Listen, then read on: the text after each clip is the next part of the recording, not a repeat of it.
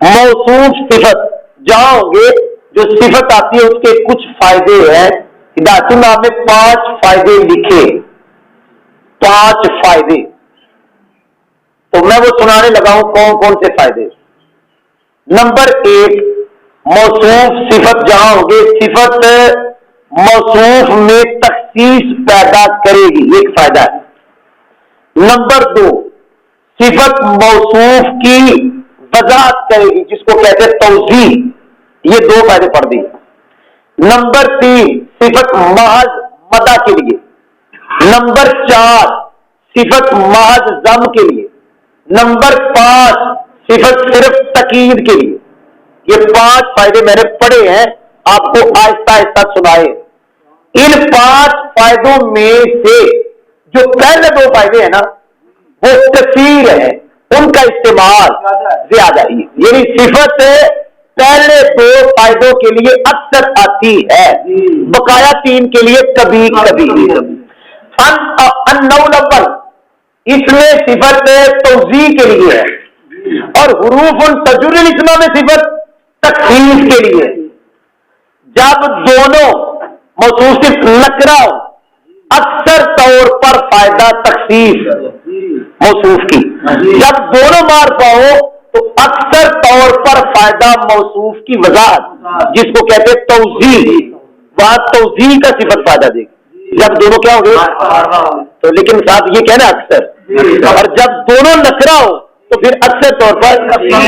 اور یہاں دونوں نکرہ ہیں کیونکہ جملہ نکرہ کے حکم میں ہوتا ہے.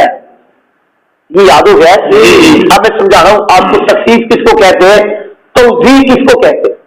توضیح کا معنی ہے معرفے میں ابہام کو اٹھانا. یہ معرفے میں ابہام تھا تو صفت لا کر اس ابہام کو اٹھانا, اس کو کہتے ہیں توضیح. اور تخصیص کا مطلب ہے نکرے میں اشتراک کو کم کرنا. یہ تخصیص ہے. راجل یہ نکرہ ہے, اس میں بڑا اشتراک ہے, اس میں عالم بھی ہے جاہل بھی ہے. اور جب کا راجل عالم جاہل نکل گیا اب نکرے میں اشتراک ذرا تھوڑا کم ہو گیا. پہلے راجل میں بڑا تھا, سارے جاہل عالم اکٹھے تھے, لیکن جب کا راجل عالم اب جاہل نکلے صرف عالم آئے, اشتراک کم ہوا. میں نے کہا جانی زید, اب زید معرفہ ہے لیکن اس میں ابہام ہے. ابہام استعمال ہے, پتہ نہیں زید کیا کرتا ہے. وہ تاجر ہے, عالم ہے, فاسق ہے, فاجر ہے. تو میں نے کہہ دیا جانی زید التاجر. وہ جو استعمال تھا وہ اٹھ گیا, وہ دوسرے استعمالات اٹھ گئے, پتہ چل گیا یہ کون ہے, تاجر. تو 2 فائدے صفت کے زیادہ جو مشہور جو زیادہ استعمال وہ یہ ہے توضیح اور تخصیص. توضیح وہاں جہاں موصوف صرف دونوں معرفہ ہو, تخصیص وہاں جہاں دونوں نکرہ ہو. لیکن دونوں فائدے اکثر طور پر. میں اگلا بھی سمجھانے لگا ہوں آپ کو بھی, ترکیبوں سے پہلے آتی ہے اس لیے سمجھا رہا ہوں. وہ نئی گل کہاں سمجھا رہے ہیں کہ تھی کہو گے جی ترکیب 2 ہی گل پہلے آتی ہے, 2 ہی گل کریں گے. تو تیسری بات تھی کہو گے یہ تو گل رام پڑھا ہے, یہ میں نئی گلا کہاں دسن دیا تاکہ تھی میرا دیکھو. میرا یہ 2 فائدے میں نے بتا دیے, اگلے میں فائدے بتانے لگا ہوں. دھیان سننا جی. مدح کے لیے بھی اس وقت ہوگی جب دونوں معرفہ ہو, ذم کے لیے بھی اس وقت ہوگی جب دونوں معرفہ ہو, تقید کے لیے اس وقت ہوگی جب دونوں نکرہ ہو. پتہ چلا موصوف صرف دونوں معرفہ ہو اکثر فائدہ توضیح, کبھی مدح کبھی ذم. جب دونوں نکرہ ہو اکثر تخصیص لیکن کبھی کبھی تقید. 5 پورے ہو گئے. پھر کہہ رہا ہوں آپ سنو. جب موصوف صفت دونوں معرفہ ہو تو 3 فائدے توضیح مدح ذم.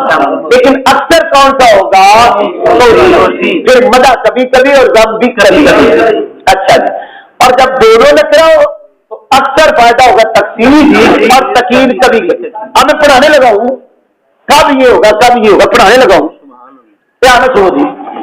اگر موصوف صفت کے ذکر سے پہلے, اگر موصوف صفت کے ذکر سے پہلے دونوں موصوف سے دونوں معرفہ ہے، لیکن موصوف صفت کے ذکر سے پہلے معین ہے، سامنے اس کو جانتا ہے، جو سامنے ہے وہ جانتا ہے کس کو؟ موصوف کو۔ اب صفت ذکر نہ بھی کرو تو وہ جانتا ہے، وہ معین ہے۔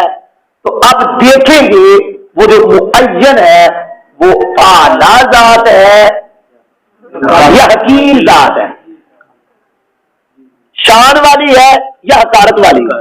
اگر شان والی ہے اور ہے بھی وہ کہ صفت کے ذکر سے پہلے وہ معین، تو اب جو صفت ہے وہ بدا کے لیے، اب وہ صفت میں نے پڑھا بسم اللہ، میں نے الرحمن نہیں پڑھا، تو جو سامنے ہوگا اس کو پتا ہوگا کہ اس میں جلالت مراد کون، میں نے پڑھا سید الانبیاء محمد، تو سامنے کو پتا چل جائے گا محمد سے مراد کون۔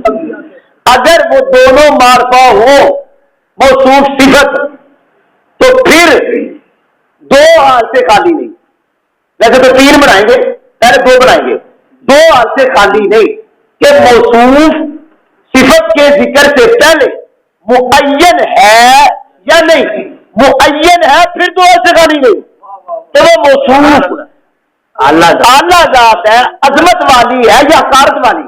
اگر ہے عظمت والی اب صفت آئے گی مدح کے لیے، اور اگر حقارت والی ہے تو صفت آئے گی ذم کے لیے۔ میں نے کہا اعوذ باللہ من الشیطان الرجیم، الشیطان یہ بھی معرفہ، الرجیم یہ بھی معرفہ، دونوں معرفہ ہو گئے، اور موصوف صفت کے ذکر سے پہلے معین ہے لیکن موصوف حقارت والا ہے، لہذا جو صفت آئے گی وہ آئے گی ذم۔ یہ دو میں نے پڑھا دی۔ اور اگر دونوں معرفہ ہیں لیکن موصوف صفت کے ذکر سے پہلے معین نہیں، اب صفت آئے گی توضیح کے لیے، تینوں میں نے پڑھا دی، سمجھ آئی ہے؟ اچھا جی، اب اگلا سمجھانے لگا ہوں کہ تقسیم اور تقیید یہ دو فائدے تو اس وقت ہے جب موصوف صرف دونوں نکرا، تو پھر کیسے پتا چلے گا یہاں تقسیم ہے یہاں تقیید ہے؟ صفت کا معنی اگر موصوف کے معنی کی جوز ہو، صفت کا معنی موصوف کے معنی کی جوز ہو، میں پڑھنے لگا ہوں قرآن پاک ہے، نفخاتن، نفخاتن کا معنی ایک نفخہ، کیا معنی ہے؟ ایک نفخہ، یعنی اس کے معنی میں دو لفظ ہیں،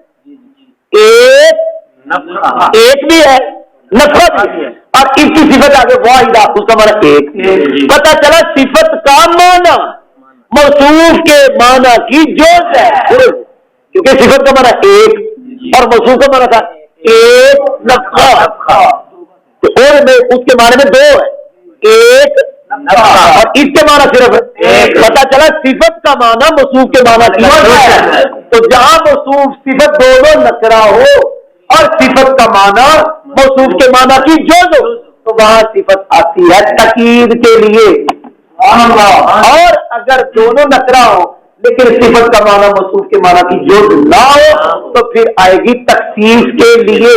اللہ کے فضل و کرم سے یہ 5 فائدے صفت کے 5 فائدے صفت کے وہ شرح و قسط کے ساتھ اللہ کے فضل و کرم سے میں نے آپ کو یاد کرائے ہیں، یاد۔